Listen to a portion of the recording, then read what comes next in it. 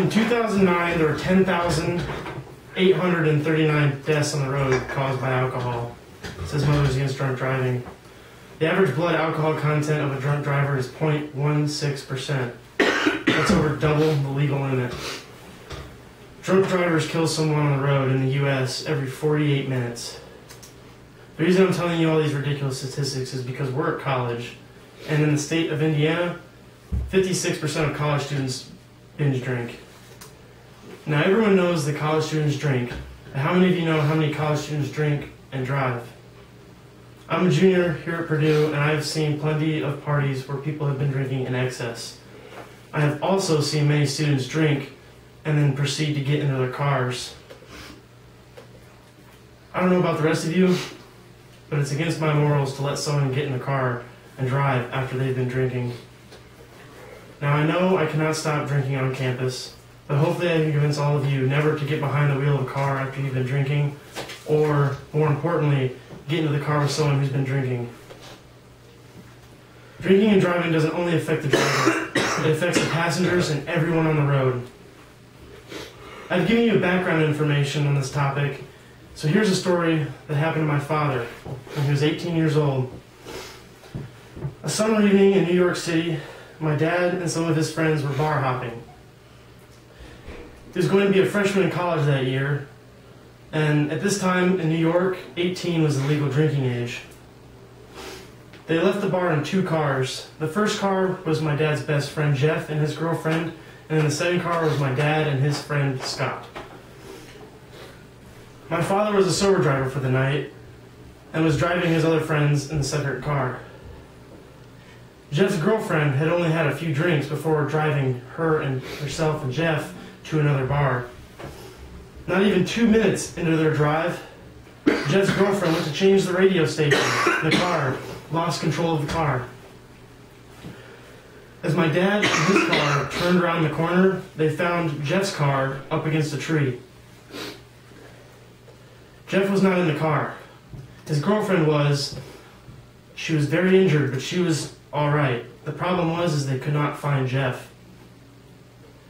Jeff wasn't wearing a seatbelt, and Jeff was also not drinking. His girlfriend had only had a few drinks, but he should have been the one driving. My dad and his friends went into the woods looking for their friend Jeff. My father found Jeff about 15 feet up in a tree with a branch sticking out of his chest. Jeff was dead. My dad lost his best friend that night, and all because someone wanted to drive over someone else. Whenever you see someone who has been drinking and try to get into their car and drive, it should be your responsibility to see to it that that person finds a safer way home. With only a few words that night, it could have been totally different for my dad and his friends, and especially Jeff. It takes a lot of convincing, but maybe Jeff's girlfriend would not have been the driver that night, and maybe Jeff would have drove and been all right.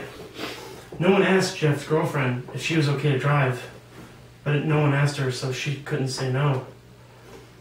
Just because you're in a college campus doesn't mean that every time you go out to a fraternity house or an apartment and drink, you're going to find your way home safely. And even when you've been drinking, it could be hard to tell if someone else is sober. You can be the one who steps in and asks someone if they've been drinking and if they're okay to drive. Drinking and driving doesn't only affect the driver, it affects passengers and everyone else on the road. There's a reason there's an age requirement on the consumption of alcohol. People who are under the age of 21 do not have the same level of experience or maturity that's needed. What I'm trying to say is that we are at a college campus and people are going to drink, regardless. People are also going to drive while under the influence. What I'm trying to do is let the rest of you know that it's not okay to turn the other cheek when you see a drunk driver get into his or her car. It should be your responsibility to make sure that that person gets home in a safe manner. Because when alcohol and cars get mixed, there's no telling what can happen. And here's a small picture of what could happen if you got into a car accident while drinking. It may not happen exactly like this, but however the case, someone may not go home that night, like Jeff. So what I'm trying to say is drinking and driving is a problem, and the policy around a college campus is to kind of turn the other cheek or not really care. But I want to change that thinking process to say someone's going to step up and not let that person go home, because they don't need to go home in an ambulance or never go home again. Thank you.